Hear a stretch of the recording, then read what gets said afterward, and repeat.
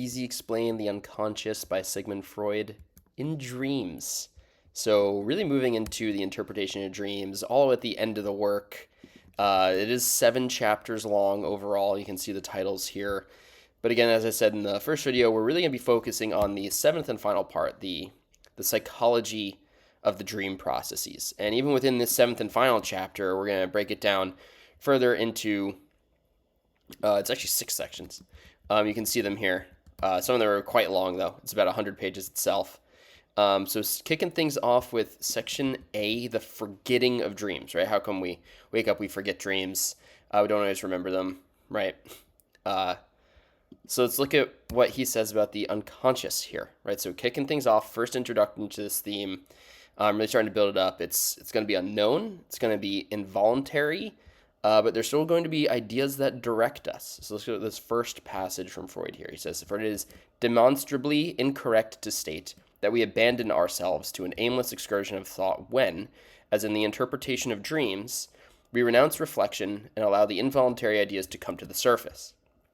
It can be shown that we are able to reject only those directing ideas which are known to us, and that with the cessation of these, the unknown, or as we inexactly say, unconscious directing ideas immediately exert their influence, and henceforth determine the flow of the involuntary ideas." So, as we'll see, Freud is very technical. He's, a lot of this is also in translation, but he's kind of hard to parse through.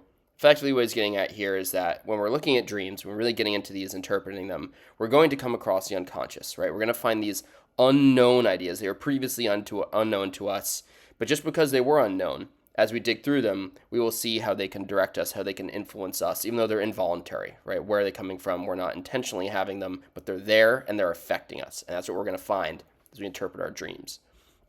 In a footnote in this, early on in this chapter, we see a Freud quote from someone named Eduard von Hartmann. I'm not quite sure who that is. I could look into it. But this quote did stick out to me as a good supplement to what Freud is starting to write about here. So von Hartmann here says that it is the unconscious that selects, and appropriately in accordance with the aims of the interest.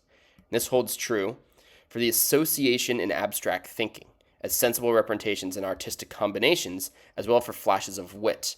And as we know for Freud too, later on he's going to write a whole book on wit, right? And where this comes from, these quick, witty connections, jokes, our understanding of that, our ability to create it, right, in abstract thinking, in comedic thinking, humorous thinking, right, it also comes out in art. So we're starting to see a lot of themes that are emerging here as we're trying to figure out what the unconscious is and how it plays a part in our minds and lives. So let's apply this to dream forgetting, which is the theme of this whole first section of this chapter. What is that? Well, it's for Freud, it's your consciousness censoring your unconscious. So let's look at what he says here. He says, whenever one psychic element is connected with another by an obnoxious and superficial association, there exists also a correct and more profound connection between the two, which succumbs to the resistance of the censorship. Under the pressure of the censorship, the displacement of a normal and vital association by one superficial and apparently absurd has thus occurred in both cases. Again, to further translate this, there's always going to be a battle in our minds for Freud, right, between the unconscious and the conscious.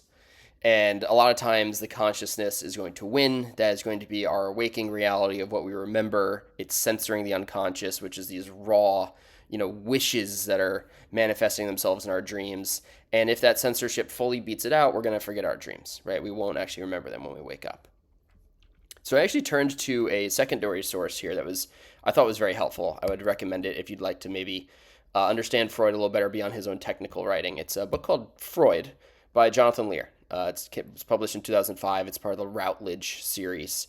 So Lear does a good job of just summing up 3 principles of dream interpretation for Freud.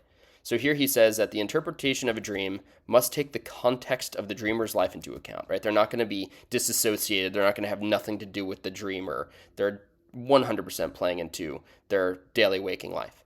The second principle of dream interpretation is that it must be holistic, right? So again, it can't stand alone, has to be contextual. You need to pull the dreamer themselves into it, maybe consider past dreams, other things they're thinking about in their consciousness. And finally, the third principle of dream interpretation for Lear is that the ultimate authority on the meaning of a dream is the dreamer. So to clarify this last bit, Lear also goes on to say that Freud is primarily concerned not with the interpretation of dreams, but the self-interpretation of dreamers. I think that really sums up this work by Freud well. I think Lear really hits this one right on the head.